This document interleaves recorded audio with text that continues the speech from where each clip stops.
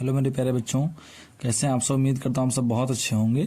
बच्चों आज हम लेकर आए हैं central idea of the poem, है ना, जो कि क्लास 10th की पोयम है द ट्रीज। ठीक है, तो पोयम को मैंने सेंट्रल आइडिया इसकी बहुत ही अच्छे शब्दों में लिखी है ना, तो बिल्कुल ईजी।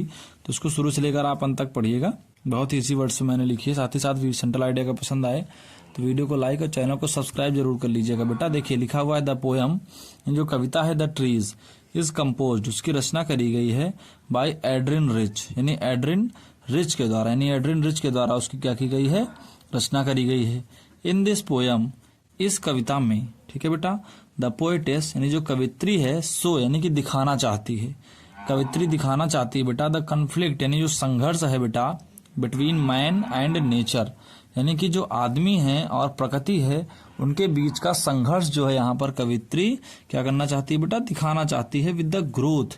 ग्रोथ मतलब क्या होता है बेटा, जो बाढ़ हुई है यानी जो बढ़ी हैं चीजें ग्रोथ के साथ, एंड डेवलपमेंट, और जो यहाँ पर ग्रोथ हुआ है बेटा, डेवलपमेंट हुआ है, बढ़ोतरी हुई है ऑफ द सोसाइटी, समाज की। यानी कवित्री क्या करती है यहाँ पर, संघर्ष दिखाना चाहती है कि कैसे आदमी और प्रकृति के बीच जो है बेटा, जो समाज का बढ़ोतरी हुई है, समाज धीरे धीरे आगे बढ़ रहा है, तो कैसे उसकी भी बढ़ोतरी हो रही है। तो आगे देखिएगा, ट्रीज यानी कि जो बेटा पेड़ हैं, दैट आर इनिशियली, ट्रीज यानी पेड़, दैट माने जो कि, आर इनिशियली पहले, इनडोर्स यानी घरों में हुआ करते थे।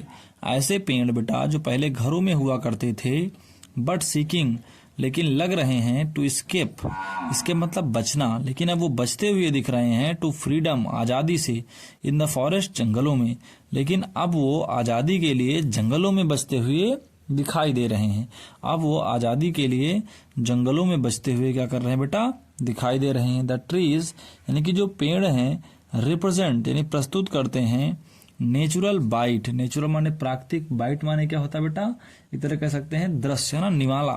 Bite also the nature of, यानी जो प्रकृति है, बीइंग वुमेनहुड, महिलावाद इन पार्टिकुलर के संबंध में, यानी यहाँ पर जो पेड़ हैं वो महिलावाद के संबंध में कुछ तथ्य जो है बेटा वो प्रकट करते हैं। ठीक है, यानी यहाँ पर कवि कहना चाहता है जिस प्रकार जो महिलाएं हैं वो घरों से बाहर आजादी के लिए न रहकर मतलब अंदर रह रही हैं, तो वैसा ही यहाँ पर पेड़ों के बारे में जो है कवि कहता है। ठीक है बेटा, तो ये उम्मीद करता हूँ कि जो ट्रीज की सेंट्रल आइडिया थी ये बेटा आपको समझ में जरूर आ गई होगी। इसके साथ ही साथ बेटा मैंने यहाँ पर क्लास 10 से रिलेटेड जितनी भी सेंट्रल आइडियाज थी उन सबकी कंप्लीट एक प्लेलिस्ट बना रखी है, तो उसको आप जाके जरूर विजिट करें।